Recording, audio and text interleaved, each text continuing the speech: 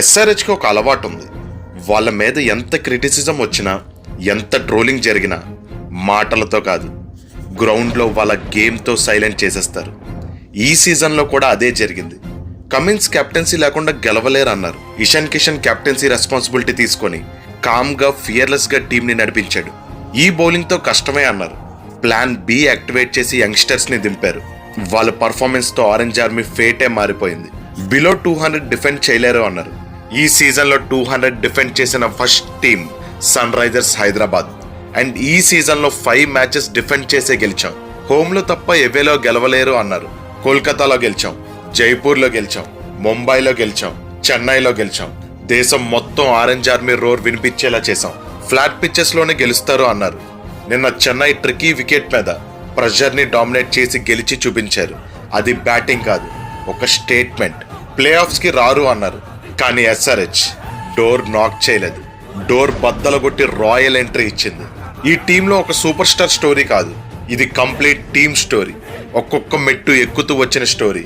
Out side noise ఎంత పెరిగినా SRH తన బ్యాట్తో, తన బౌలింగ్తో, తన యాటిట్యూడ్తో కుంభస్థలం బద్దలగొట్టేలా ఆన్సర్ ఇచ్చింది. ఆరెంజ్ ఆర్మీ అంటే జస్ట్ ఒక టీం కాదు, ఒక వైల్డ్ ఫైర్. ఒక్కసారి స్ప్రెడ్ అయితే ఆపడం ఎవ్వరి వల్ల కాదు. ఎస్ఆర్హెచ్కి ఒక అలవాటు ఉంది. వాళ్ళ మీద ఎంత క్రిటిసిజం వచ్చినా, ఎంత ట్రోలింగ్ జరిగినా మాటలతో కాదు, గ్రౌండ్లో వాళ్ళ గేమ్తో సైలెంట్ చేసేస్తారు. ఈ సీజన్లో కూడా అదే జరిగింది. కమిన్స్ కెప్టెన్సీ లేకుండా గెలవలేరు అన్నారు. ఇషాన్ కిషన్ కెప్టెన్సీ రెస్పాన్సిబిలిటీ తీసుకొని కామ్గా, ఫియర్లెస్గా టీంని నడిపించాడు. ఈ బౌలింగ్తో కష్టమే అన్నారు. ప్లాన్ బి యాక్టివేట్ చేసి యంగ్స్టర్స్ని దింపారు. వాళ్ళ పర్ఫార్మెన్స్తో ఆరెంజ్ ఆర్మీ ఫేటే మారిపోయింది.